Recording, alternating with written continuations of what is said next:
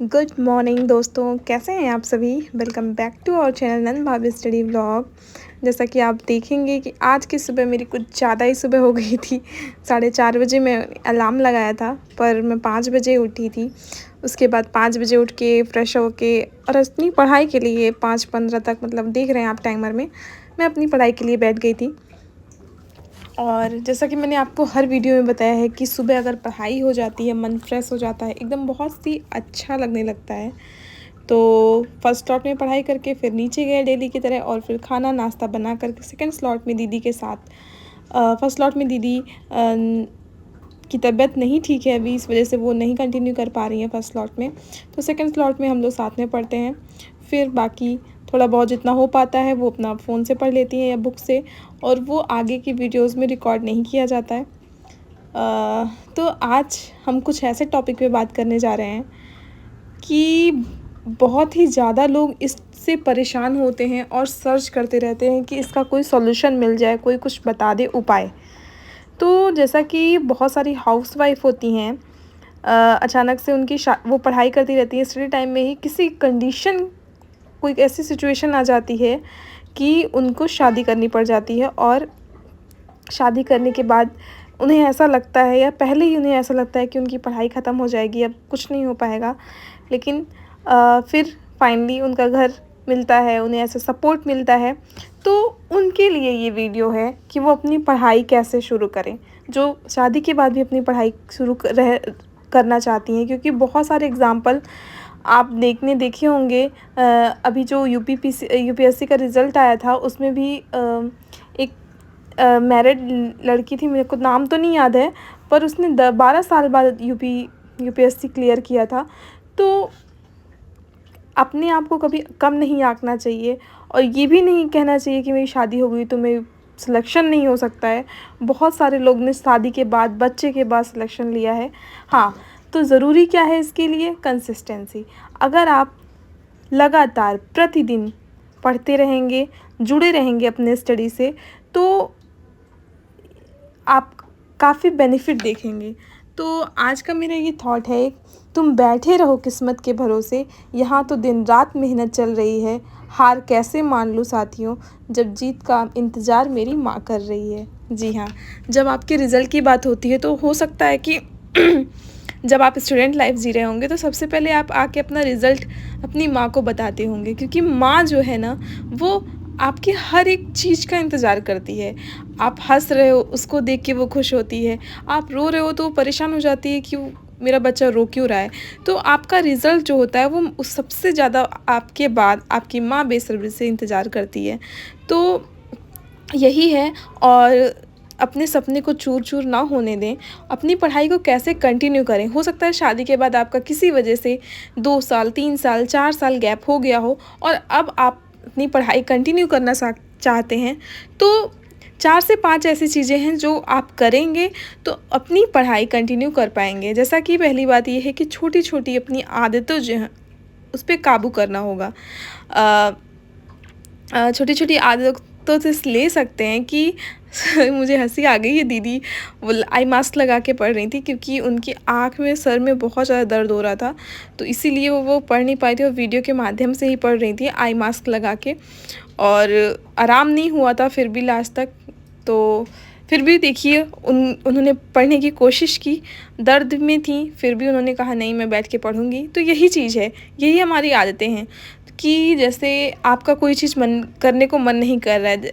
आजकल की लाइफ में सबसे बड़ा डिस्ट्रैक्शन जो होता है, वो आपका फ़ोन होता है।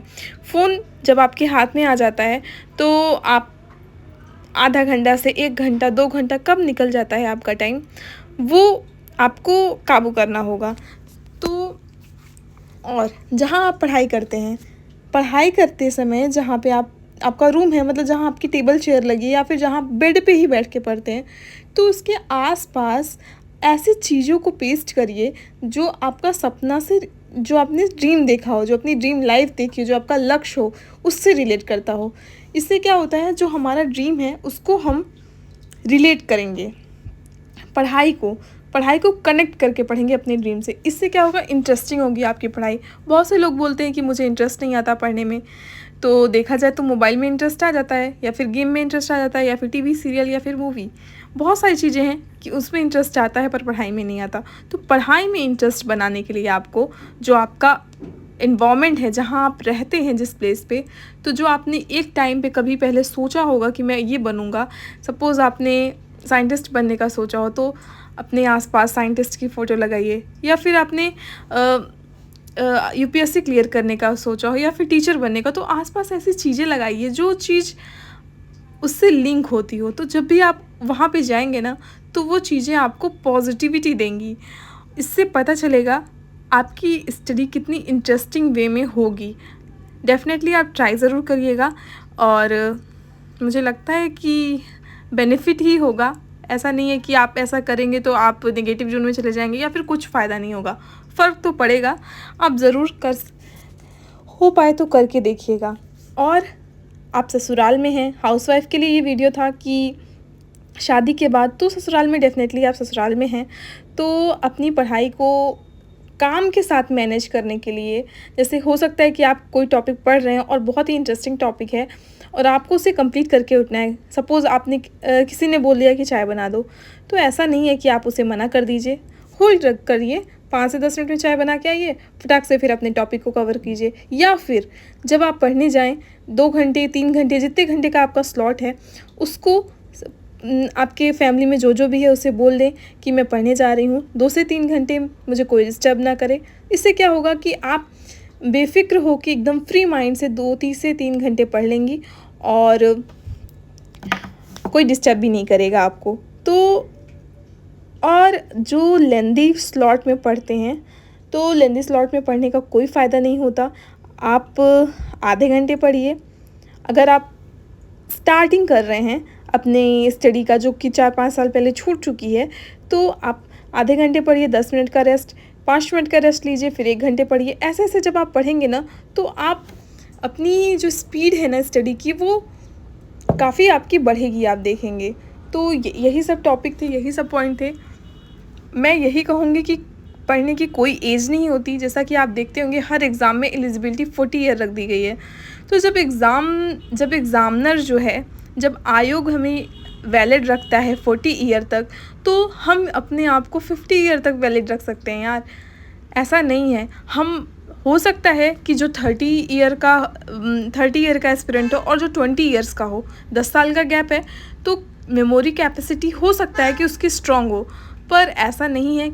ये भी होता है कि 30 ईयर के पास बहुत ज़्यादा टेंशन हो जाती है, बहुत सारी जिम्मेदारियां हो जाती हैं, और 20 ईयर वाले एस्पिरेंट के पास कम चीज़ें होती हैं, कम जिम्मेदारी, सिर्फ स्टडी फोकस रहता है उसका।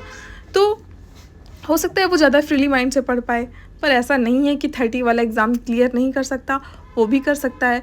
तो लगे रहिए। आपका किसी कारणवश आपका पढ़ाई छूट गई हो शादी के बाद या बच्चे के बाद, तो अपने दिन को हर दिन में 1 घंटा, आधा घंटा, जितना भी समय मिल पाए स्टार्टिंग में, नहीं तो डेली मैं यही नहीं कहूँगी कि आधे घंटे ही टाइम दीजिए, ऐसे दीजिए और अपनी पढ़ाई को कंटिन्यू करिए। और जो नेगेटिविटी है उससे हमेशा खुद को दूर रखिए, नहीं तो आप परेशान रहेंगी, और परेशान होने से आपकी पढ़ाई जो आपने सोच रखा है वो बिल्कुल नहीं हो पाएगी। तो अपनी स्टडी को इंटरेस्टिंग वे में हम कनेक्ट करके पढ़ेंगे, तभी कुछ हो पाएगा। और आज की पढ़ाई हमारी कुछ ज़्यादा तो नहीं हो पाई थी, सिर्फ 4 घंटे की पढ़ाई हुई थी। आपको हमारे वीडियोस कैसे लग रहे हैं, प्लीज़ कमेंट सेक्शन में कमेंट करके ज़रूर बताइए। वीडियो को लाइक करिए, चैनल को सब्सक्राइब करिए, और हाँ, अगर कोई सजेशन हो हमारे वीडियो से रिलेटेड, या फिर कुछ सजेस्ट करना चाहते हो हमारी स्टडी को और प्रोडक्टिव वे में करने के लिए, तो ज़रूर से ज़रूर सजेस्ट करिए। और अगर आपका कोई क्वेश्चन हो कि सीटेट के रिलेटेड या फिर आरओ से रिलेटेड, टीजीटी पीजीटी से, तो ज़रूर बताइए।